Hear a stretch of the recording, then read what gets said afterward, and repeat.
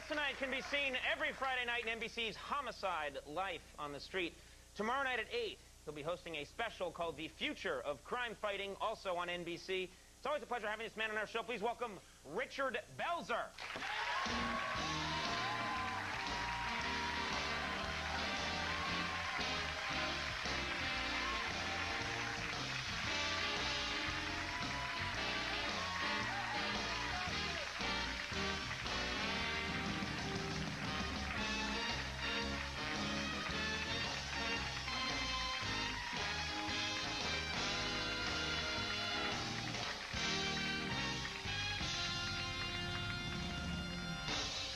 Summer wind comes blowing in from across the sea. That just cost you $1,100, young man. That's right, we have to pay now. Thank you very much. This is a great theme. I like the theme. You like the theme of ancient times? Yes, ancient Rome, ancient Greece. I was thinking on the way out on my chariot. That's a good time to think, actually. Yeah, could you have your staff put some quarters in the meter for my chariot while I'm here? We'll take care of that, Richard. But it's ancient Rome. You know, when did they go from the Romans to the Italians? It was like from friends, Romans, countrymen to, hey, OV. I mean, when did they make that cultural transition? I don't know. 1830, I think. Yeah, who knows? No one's quite sure. We don't know much about it. Do you know much, actually, about, because we want this show, Richard, to be educational. Yes. That's the idea here, is that people can learn from it, and I think people have learned a great deal already. But we want people to learn. Do you know much about the ancient times, the ancient Greeks and Romans? I am a history buff, pardon the expression. Can we say that at this hour? No, you can't, but that's all right. We're not on cable. I'm a history nut. Almost, yeah. All right. Can I just digress for a second? Yes, digress. You know the story that Mr. Scorsese told about Joe Pesci? Somebody did that to him. Right. And then he used it in the movie. I was the guy that did it to him. You were the guy. I said to Pesci, you think I'm funny? You know, I amuse you? Yeah, I amuse you. So tell us, ancient times, we need to learn. Now, you're a comedy student. You're a student of comedy, and as I am, as you may suspect.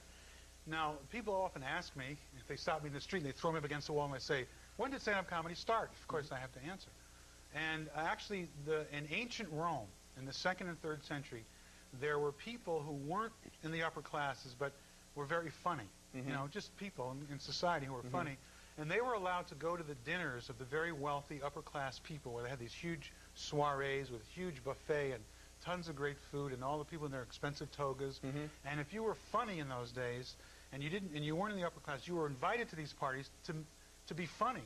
And you got to eat. You got to eat the nice food and everything. So they were called parasites. The first. Is this true? This is historical fact. This is historical fact. And you can write in and say the Belzer is right. So the first comics were called parasites because they were allowed to eat the food. Now, flash forward 2,000 years later, when I started in the show business,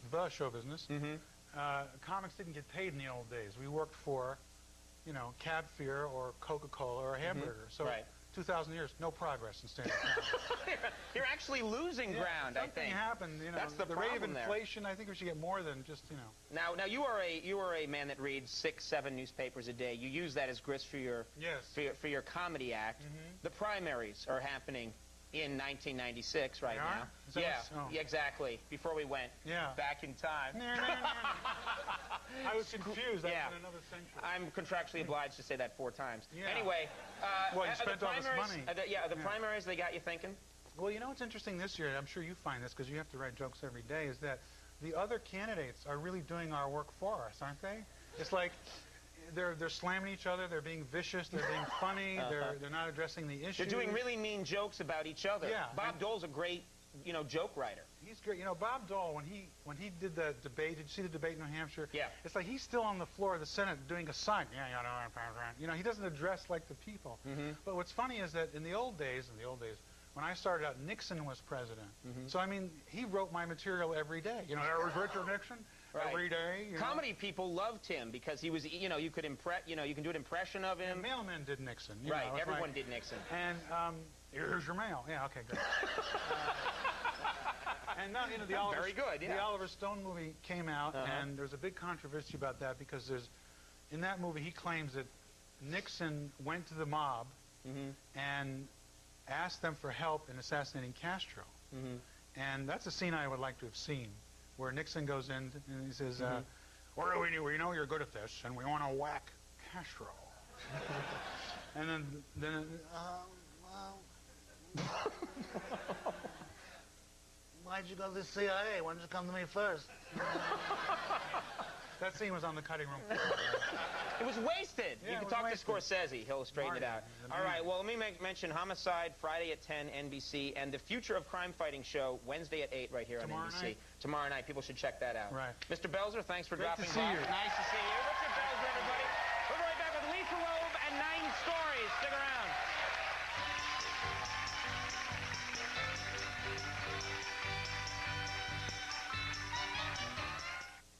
Tonight on Later, Alexandra Wentworth rates the Seinfeld kiss. Jerry, kissing? Huh? Good kisser, girl. I mean, I don't know why I'm not recurring. I guess I sucked. Tonight. That's our show for the night, folks. Thanks for being here. I want to thank all my guests. Good night. We'll see you tomorrow.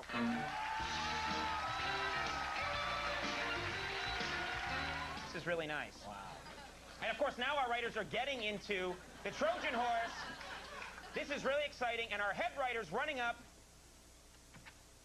Knocking on the door. This is great. What? Oh, my God.